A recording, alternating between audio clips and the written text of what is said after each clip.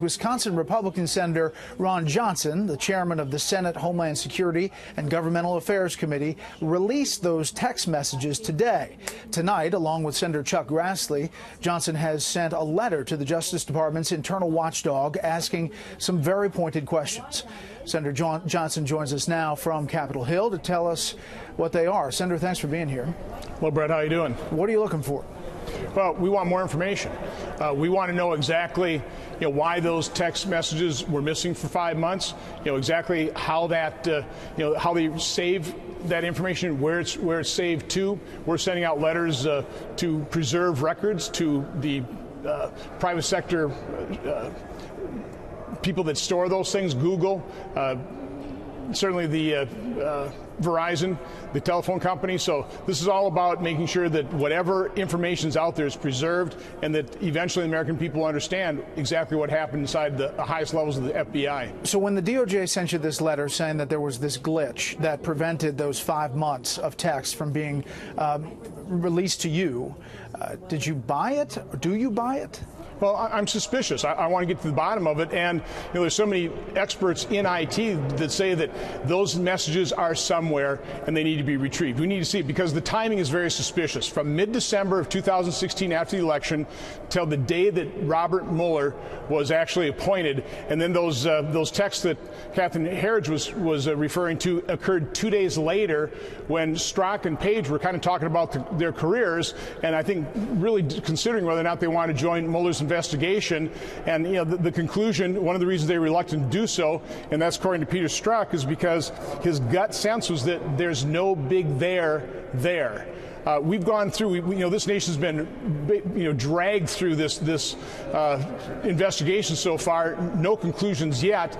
And one of the lead investigators, one of the deputy assistant director of the counterintelligence division that had probably been working on this for those 5 months when those texts have gone missing, is saying that his concern is, his gut sense is there's no big there. I think that's pretty jaw-dropping.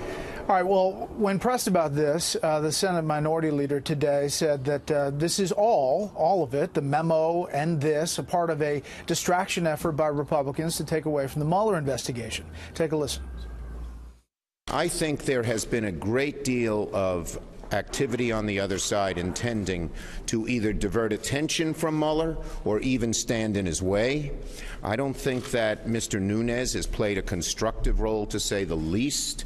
And we're all worried about it. Mueller has to be allowed to do his job. Your thoughts on that? Well, from my standpoint, this is under my committee's jurisdiction, federal records. And we were involved in the Hillary Clinton investigation.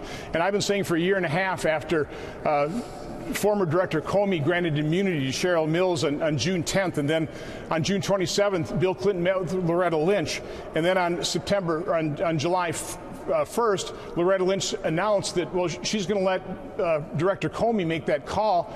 And yet, in these texts that just got released, we find out that she already knew that Director Comey wasn't going to press charges. So yeah, let me read that one. That is text number 4. Holy cow, New York Times breaking Apuzzo. Lynch will accept whatever Rec D, that's Comey, and career prosecutors make no political appointee input. Strzok says Lynch, timing not great, but whatever. Wonder if that's why no coordination language added. No way. This is a purposeful leak following the airplane snafu. And yes, I think we had some warning of it. I know they sent some statement to Rybicki because he called Andy. That's McCabe. And yeah, it's a real profile in courage since she knows no charges will be brought. That's what you're referencing. So top officials in the FBI knew that Loretta Lynch knew before she said that she was going to let Comey decide that he wasn't going to prosecute. He wasn't going to press charges at all. And then Comey later testified that there was no coordination between the Department of Justice, Loretta Lynch, and the FBI. So that is coming into question. So what this is all about is further evidence of corruption, more than bias, but corruption at the highest levels of the FBI and that secret society. We have an informant that's talking about a group that were holding secret meetings off-site. There's so much smoke here. There's so much suspicion. Let's stop there. A secret society, secret meetings off-site of the Justice Department. Correct. And you have an informant saying that. Yes. Is there anything more about that? No, we have to dig into it. This is not a distraction. Again, this is bias, potentially corruption at the highest levels of the FBI that is now investigating. And now and by the way, Robert Mueller used to run the FBI. He is in no position to do an investigation over this kind of misconduct. So I think at this point in time, we probably should be looking at a special counsel to undertake this investigation, but Congress is going to have to continue to dig. Do you think that Attorney General Sessions, in his current capacity, which he has taken himself out of the Russia investigation and overseeing Mueller, has the ability to call for another special prosecutor to analyze this part of the investigation? I really don't know, but when you see this kind of bias, this kind of corruption in the FBI, you have to ask the question, are there similar individuals, highly biased political operatives, burrowed into the Department of Justice as well? I mean, does Attorney General Sessions really have a department he can rely on and trust as well? So no, this is deeply concerning, and we're going to continue to dig. And do you have any problem on the reports that Sessions put some pressure on the FBI Director Wray to fire the Deputy Director McCabe, that was coming from the president? He denied that today, but do you believe that to be true? Well, the Attorney General is in charge of that department, and if he's got concern about people under his command that are not doing their job, or that have this enormous political bias, as we certainly have seen with Lisa Page and Peter Strzok, that would be his responsibility, his right to terminate those employees. Well, Senator, as you get more information, you're welcome back here anytime. Thanks a lot, Brett. Thank you.